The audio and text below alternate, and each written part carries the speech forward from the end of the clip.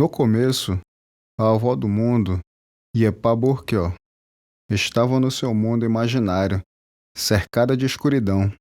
Alimentava-se de padu, coca e fumava o cigarro ritual.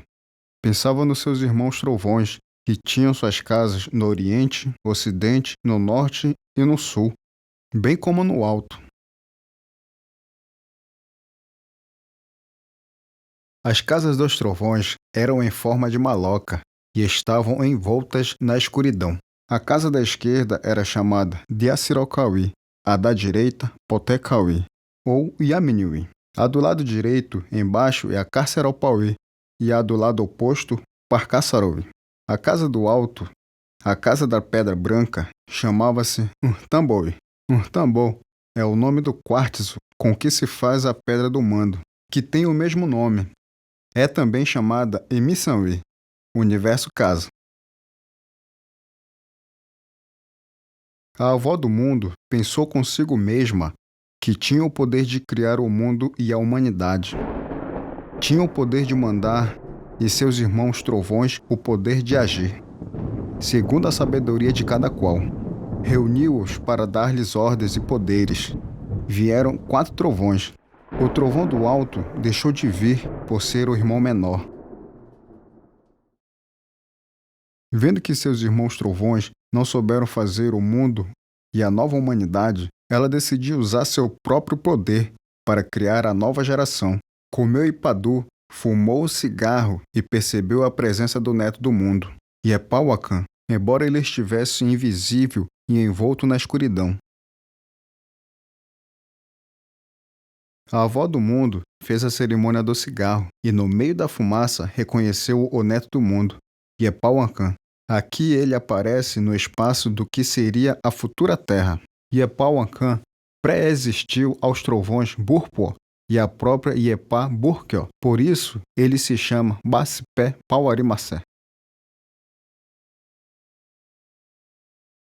Muito bem, meu neto do mundo, disse a avó do mundo. Mandei meus irmãos trovões fazerem o mundo novo e visível, bem como as criaturas humanas. Eles não souberam fazê-lo. Passo a você agora essa tarefa. Mas antes, pergunte a meus irmãos, os trovões, como realizá-la. O Criador do mundo, o neto do mundo, recebeu a palavra da avó do mundo. O Criador do mundo dirigiu-se primeiro ao trovão da casa de baixo, a do Oriente, para onde corre o Rio Negro. O seu nome é Diacirocaui Camburpó, isto é, o trovão que mora na casa de baixo. Ele não soube dar a resposta certa. O Criador do mundo seguiu para a casa do trovão do sul, chamada Caçaropauí Nhamburpó, que deu a mesma resposta. Ou seja, ele não tinha os materiais necessários para fazer o mundo e a humanidade. Em seguida, o neto do mundo foi à casa de Carceropauí Camburpó, que significa o trovão da cachoeira de Tunuí do rio Içana, ou trovão do norte, onde obteve a mesma resposta. Em quarto lugar, dirigiu-se ao trovão do ocidente, o Potecauí Camburpó, também chamado Yaminiwi Khan, a casa da noite, que fica na cabeceira dos rios. Este lhe disse que somente Amarconiercan, o avô do mundo, cuja casa fica no alto, a casa da Pedra Branca, saberia o que era necessário para fazer o mundo novo. Esse trovão ficava sentado na rede e não no banquinho, pronto para dormir, porque vivia na casa da noite. O Criador do mundo voltou à casa onde nasceu. Sabendo que o trovão do alto, Umarconiercan, estava protegido pelas cerimônias de defesa, preparou-se comendo ipadu e fumando o cigarro. Tinha atrás de si a avó do mundo, com sua autoridade. Soprou a fumaça para o alto, em direção à casa da Pedra Branca, a casa do trovão do alto, o avô do mundo. A fumaça do cigarro chama-se em Dessana Muron Imikada. Subindo em meio à fumaça, o Criador do mundo chegou até o pátio da casa da Pedra Branca. Fez outra cerimônia e dirigiu-se à porta da casa.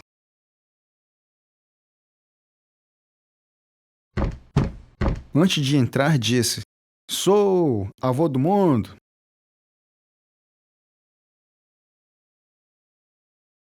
Aparece então, na sua frente, o avô do mundo, tendo na cabeça o adorno chamado Ugaia, no pescoço o colar chamado Tambopa, na mão esquerda a lança chocalho, no braço direito o escudo trançado Wabero e na cintura o Yegikari.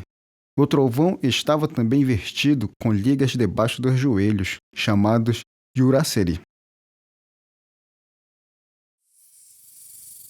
Feitas as saudações, apareceram por si mesmas cuias com ipadu, coca, cobertas de jararacas, e cigarros nas respectivas forquilhas.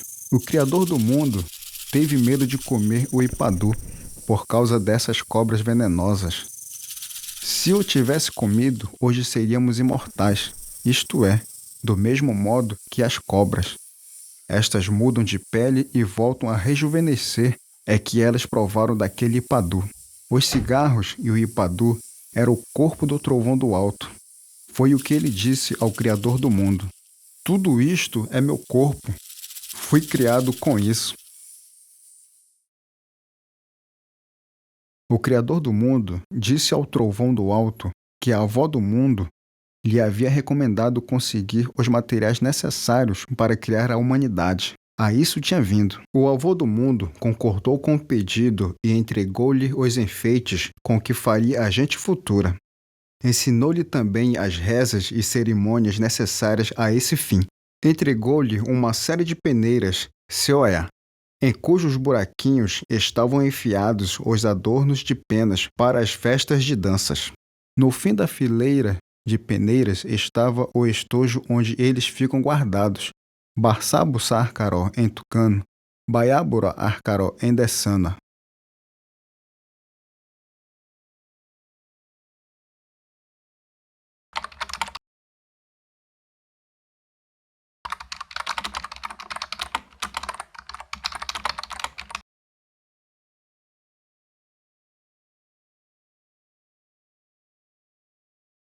Todos os Kumã, sábios profetas, dizem que as primeiras criaturas humanas desapareceram durante uma grande enchente e que uma segunda geração desapareceu no imenso incêndio.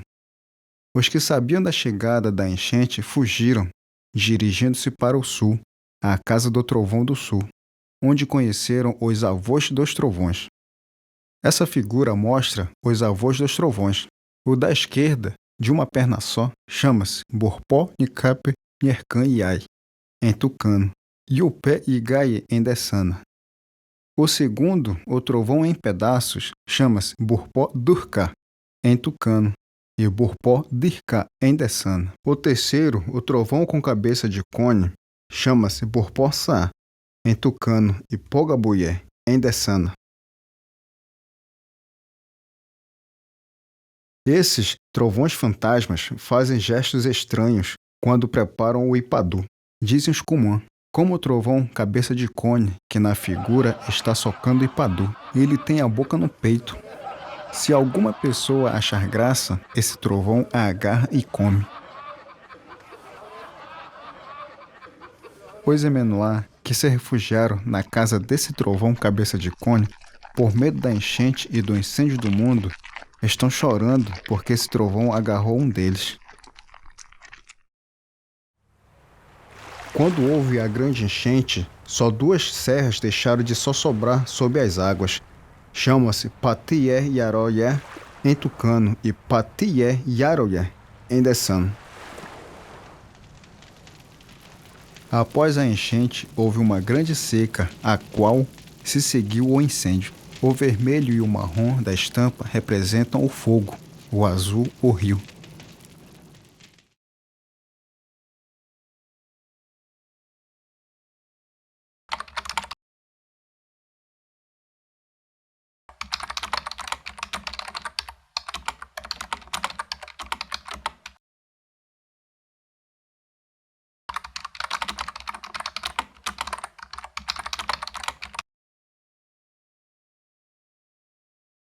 Cumprindo a ordem da avó do mundo, o neto do mundo criou as terras, Pamorin Nurkunkan, as águas dos rios Pamorin Arcomarin e as casas Pamorin Wisseri. Algumas dessas casas, as dos trovões Burpó Wisseri, já existiam no mundo antigo. Para criar a terceira geração da humanidade, o trovão, avô do mundo, desceu à Terra para acompanhar o neto do mundo. O avô do mundo transforma-se numa imensa canoa, chamada Pamori Nyurkuse, em tucano, e Pamori Garciru em Dessana, ou seja, transformação canoa. A bordo estavam as criaturas em formação e o neto do mundo com seus enfeites e a lança-chocalho, chamada Buiaui ou Buiparu. Dentro da grande embarcação estão representadas todas as tribos dessa geração. No todo, vê-se o neto do mundo com o escudo trançado, Barti Parcarão, a lança-chocalho Yaigã, e enfeitado de acangataras, adornos de cabeça, os Mahamporém, cabelo de arara. Yepawancan dá início à sua viagem partindo do sul do mundo imaginário. Aí ele se aproxima da Diaorpeconwi. Na Diaorpeconwi, realiza a cerimônia Herimpona Bassessa.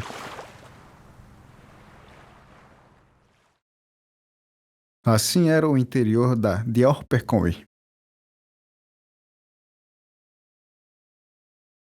Esta estampa mostra o frontispício da grande maloca chamada Pamoriwi, transformação casa. A maloca divide-se em 2 compartimentos, um grande, outro pequeno. As divisórias chamam-se Imisantaté. No interior de um dos compartimentos vê-se 1. O toco de pau encabeçado por um pedaço de breu orpé turtró, com que se iluminava o interior da maloca. 2. O pote com asas, onde era preparada a bebida alucinógena chamada carpi. 3. A vasilha chama-se, por isso, carpitã. À direita, vê-se o grande tambor pintado de vermelho e amarelo, sustentado por 4 esteios. É o sinalizador chamado Tuatupatã, em tucano. Na parte inferior estão desenhados 2 tipos de bancos, chamados ambos Kumurum no singular e comum no plural. Um dos compartimentos chama-se Imisantatia Siró e também do Acaró. O outro Imisantatia Buibassá Uinsan no Acaró. O compartimento menor da maloca, o dos fundos, chamado do Acaró, contém o perunté, pote de caxiri, o perum yurkuse, coxo de caxiri, e as redes pum teaté. Ainda estão desenhadas vasilhas, uma grande, outra pequena, chamadas pó saripa.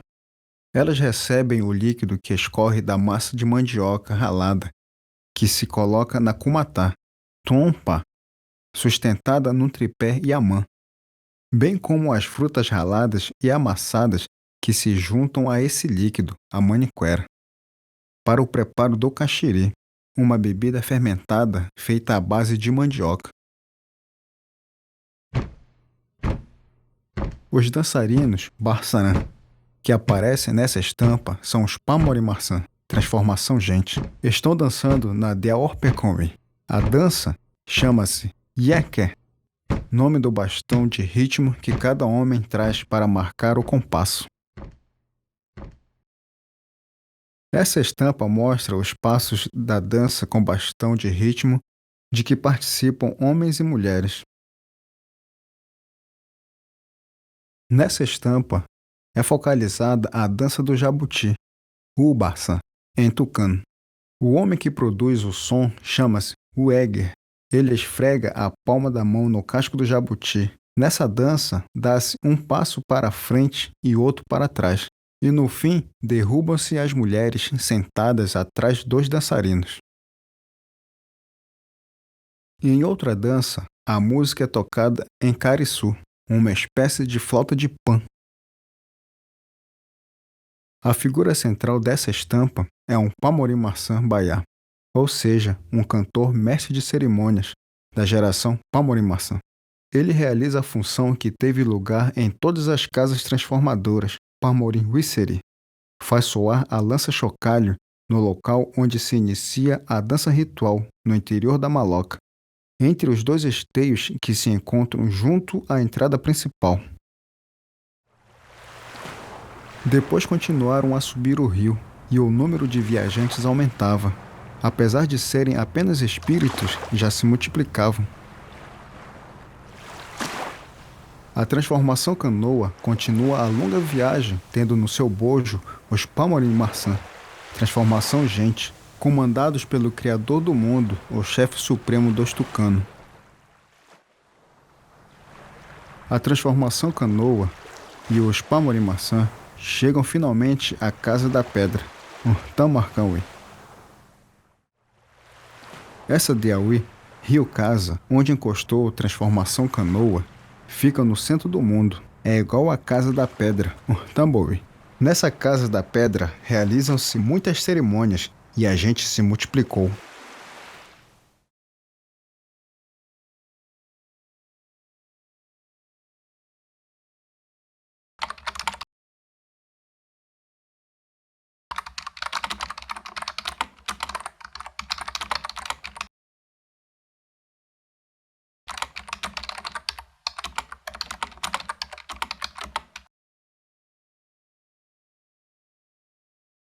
Essa história é muito comprida, vamos resumi-la. A filha do trovão, Burpol Marcon, comeu uma fruta que fez com que crescesse rapidamente um filho no seu ventre. Passados alguns dias, num parto doloroso, a criança nasceu. A criança subiu direto para o céu, sem que a mãe pudesse vê-la. Ela encarna as flautas sagradas, proibidas de serem vistas pelas mulheres. A mãe só escutava a voz do filho que vinha lá do alto. A criança chorava, mas o seu choro era música, como a que hoje se ouve quando se toca a flauta Miriam, conhecida como a flauta do Jurupari. No dia em que nasceu o menino Carpi, chamado Carpi Marcan, ou seja, o que trouxe a bebida alucinógena Banesteriopsis carpi para os grupos tucano, o mundo todo se encheu de visões. Ao nascer, o menino Carpi foi trazido pela mãe a uma casa que logo se cobriu de visões maravilhosas. Em meio ao brilho imaginário de beleza e cor, as pessoas dançavam e cantavam. As visões do Carpi são tantas que a maloca se ilumina com cores e desenhos de todas as formas. Essas são as figuras que as pessoas veem quando tomam o Carpi. As visões começam a cessar. Apenas o fogo do cigarro que alumiava o fumador é visto como um sol. A maloca volta a mergulhar na escuridão. O baiá, cantor, mestre de cerimônias, chefe da maloca, e o comum, sábio vidente, aguentavam mais que os outros e continuavam a ter visões. O Criador do mundo, com a lança ritual, a lança chocalho, e o seu irmão menor, Bótea, com o maracá, objetos que receberam da casa do alto. Quando se toma carpi, que é muito amargo, faz-se gestos violentos, como no combate. Depois se emite um forte grito. A minúscula cuia é oferecida a outra pessoa. Nessa estampa, vê-se o primeiro branco com sua espingarda, tomando carpi. O Criador do mundo castigou-o dizendo que faria guerra para sempre. Um dançarino leva a panela do carpi para oferecer a bebida. Os gestos nessas ocasiões são sempre cerimoniais. Nessa estampa, vemos os instrumentos do Carpi Marcan, também chamados Jurupari.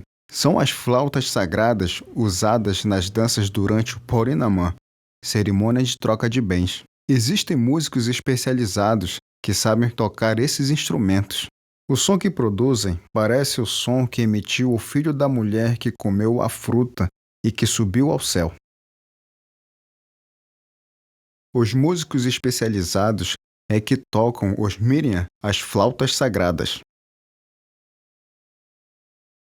Esses instrumentos não podem ser vistos pelas mulheres. Caso elas os vejam, o velho comum sopra um veneno e a mulher morre.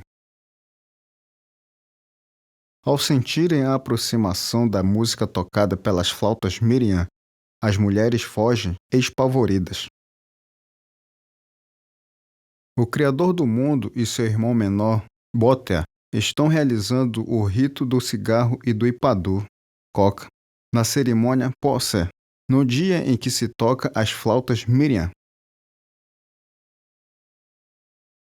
O comum está soprando os açoites com que serão flagelados os rapazes iniciados. Junto está uma cuia com pimenta.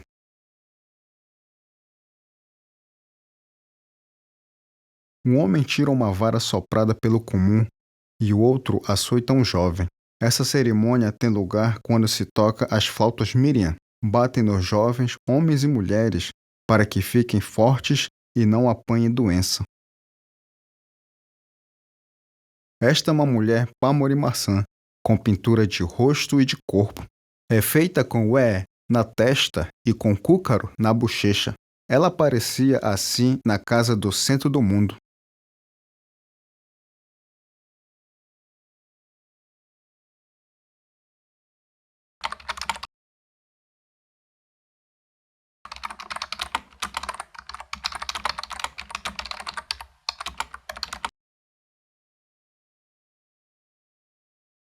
Viajando na transformação canoa, o Criador do mundo viu que havia uma cobra esperando para comer aquela gente que viajava. Não era uma cobra como as que se conhecem hoje. Parecia um pato, muitos patos.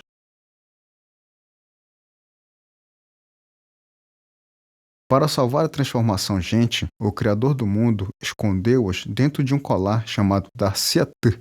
Era um colar imaginário e de dentro de seus buraquinhos as pessoas espiavam os patos.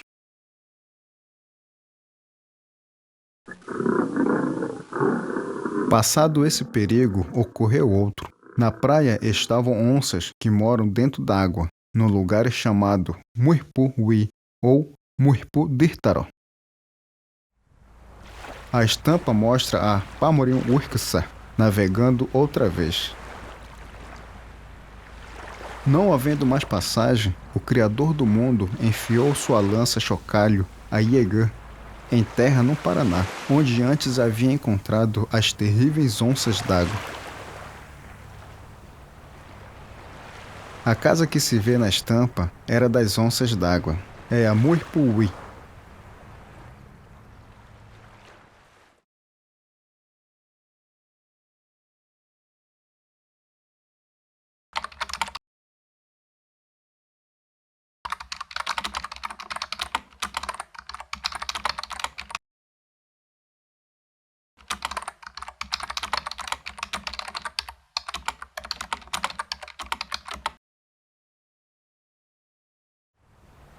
Agora a transformação canoa encosta na Diapertauí, isto é, na cachoeira de Panoré.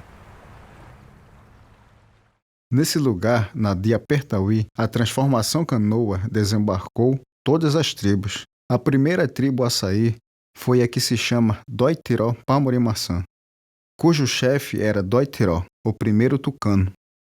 Pelo menos 15 tribos saíram com ele. Não saíram todas, algumas ficaram. As que saíram primeiro são chefes: Bercará, Uirá, Darciá, Orcotícara.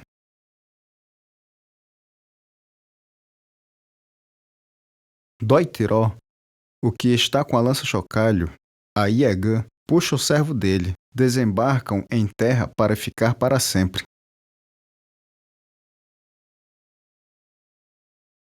Nessa estampa vê-se Doitiró, o tucano, com a lança-chocalho, e seu irmão menor, Botea, o Dessana, com um maracá na mão. Cada qual está acompanhado de seu servo.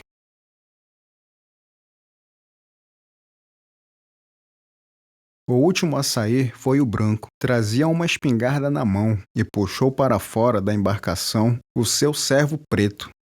Dizem os velhos que os brancos são nossos irmãos menores, porque saíram por último da transformação canoa. De repente, os Pamori-Maçã ouviram no mato um barulho e disseram que era um Artim, o fantasma da floresta. Se tivessem dito é gente, seria como nós. Depois começaram a sair animais, cachorro, gato, do mato. Esses animais ficaram mansinhos, porque ninguém teve medo deles. Quando a onça saiu do mato, todos se assustaram. Sabiam que ela queria comer aquela gente. Se os Pamori-Maçã não tivessem tido medo da onça, ela seria mansa como o gato ou o cachorro. Os Pamori-Maçã, que ficaram em Ipanoré, viram o barco se afastar. Os que desceram nessa cachoeira do rio Alpés são os chefes. Essa gente ainda não vivia como nós. Dizem os velhos que a embarcação continuou navegando e deixou em cada rio, em cada igarapé, outra gente Pamori-Maçã, que se chama Peorá e Yairá. São tribos que moram nos igarapés, os Pamori-Marim. Essa é uma curva de um rio onde passaram os Pamori-Maçã.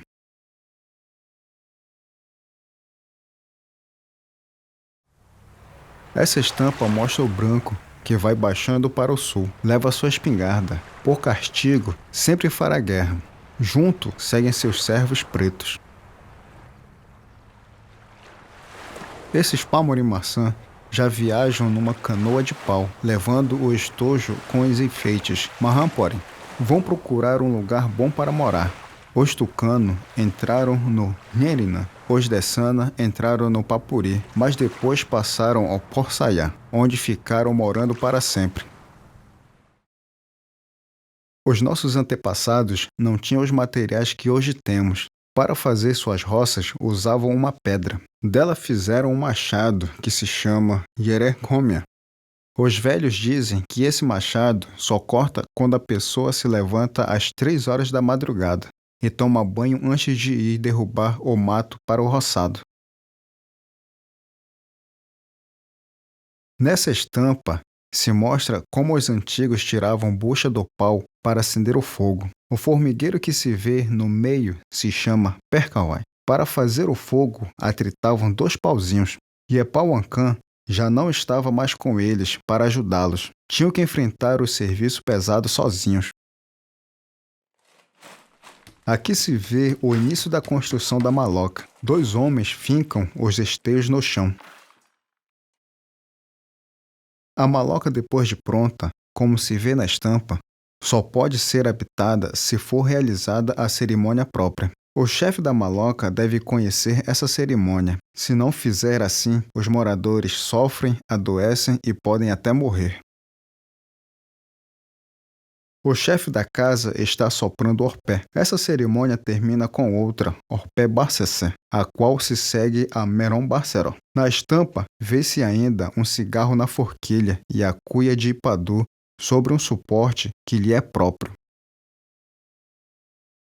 Depois que se realizam aquelas cerimônias, o dono da casa, ou o comum, sábio, acende o fogo para fumegar em torno. Esta é a planta do carpi. Antigamente, carpi era gente. Agora é uma planta que provoca visões maravilhosas. Esta é a caixa dos enfeites, a Mahampori-Caró. Está amarrada num travessão, na parte frontal da maloca. Antigamente, os velhos não comiam peixe porque tomavam carpi e ipadu, comidas cerimoniais, e sabiam que lhes faria mal misturar essas comidas com peixe. Nessa estampa, vê-se um velho tirando cibiú, uma espécie de minhoca, na beira do rio. Ele é deixado aí durante 5 dias num camuti, uma panela de barro, até ficar limpo. Então, é cozido e misturado com tucupi ou molho de pimenta. Essa estampa mostra um jovem pintado e enfeitado como se costumava fazer antigamente. Essa outra estampa mostra a mulher pintando o marido para o dia da dança, com a tinta chamada Wé.